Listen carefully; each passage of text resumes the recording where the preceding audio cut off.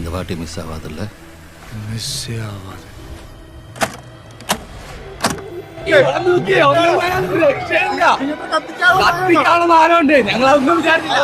ജനങ്ങൾ മുഴുവനും നിനക്ക് വേണ്ടി ആർപ്പുളിക്കണം. എല്ലാവരുടെയും കണ്ണുകളിൽ നീ മിന്നി മിന്നി തിളങ്ങണം. പടം വേറെ ലെവല്, വേറെ ഒരു വൈബ്. അല്ല, അത് എഴുതി കാണിച്ചു തന്നെ നോ ലോജിക് ഉള്ളി മാട്ടസ്. അത് തന്നെയാണ് കാണുമ്പോൾ ഒരു ആഘോഷ ചിത്രം. മാസ് മസാല ഐറ്റമാണ്. മാസ് മസാല എന്ന് പറയാൻ അതിനപ്പുറം ഉണ്ട്. ഒരു പ്രാന്ത് സിനിമ. ശരിക്കും പറഞ്ഞാൽ ലോജിക് ഇല്ല. ആ രീതിയിൽ തന്നെ അവര് അത് പറയുന്നവിടെ 100% നീതിയില്ലാത്ത ഒരു ലോജിക്കും ഇല്ല. മൊത്തത്തിൽ എന്റർടൈനിങ് ആയിട്ട് ഫസ്റ്റ് ഹാഫ് നല്ല പടപടാന്ന് അടിച്ചങ്ങ് കാണാൻ പറ്റിയ രീതിയിലുള്ള ഫുൾ എന്റർടൈൻമെന്റ് പാക്കേജ് ആയിട്ട് വന്നിരിക്കുകയാണ്. അതായിരുന്നു ഞാൻ കാത്തിരുന്ന എന്റെ കംബാക്ക് മൊമെന്റ്. അടുത്തവർ രാജാവ് വരണമല്ലോ, രാജാവിന് വേണ്ടിയിട്ടുള്ള വെയിറ്റിംഗ്. ഇനിയിപ്പോ ലാലേട്ടന്റെ ഒരു തകർക്കലിനും കൂടി വെയിറ്റിംഗ് ആണ്.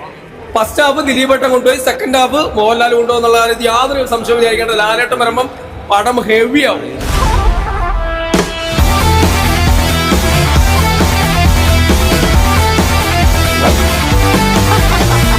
സത്യം താൻ കടമേ ചെയ്യും.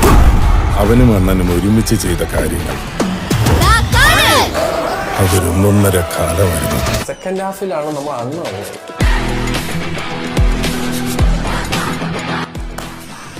Yes, the one and only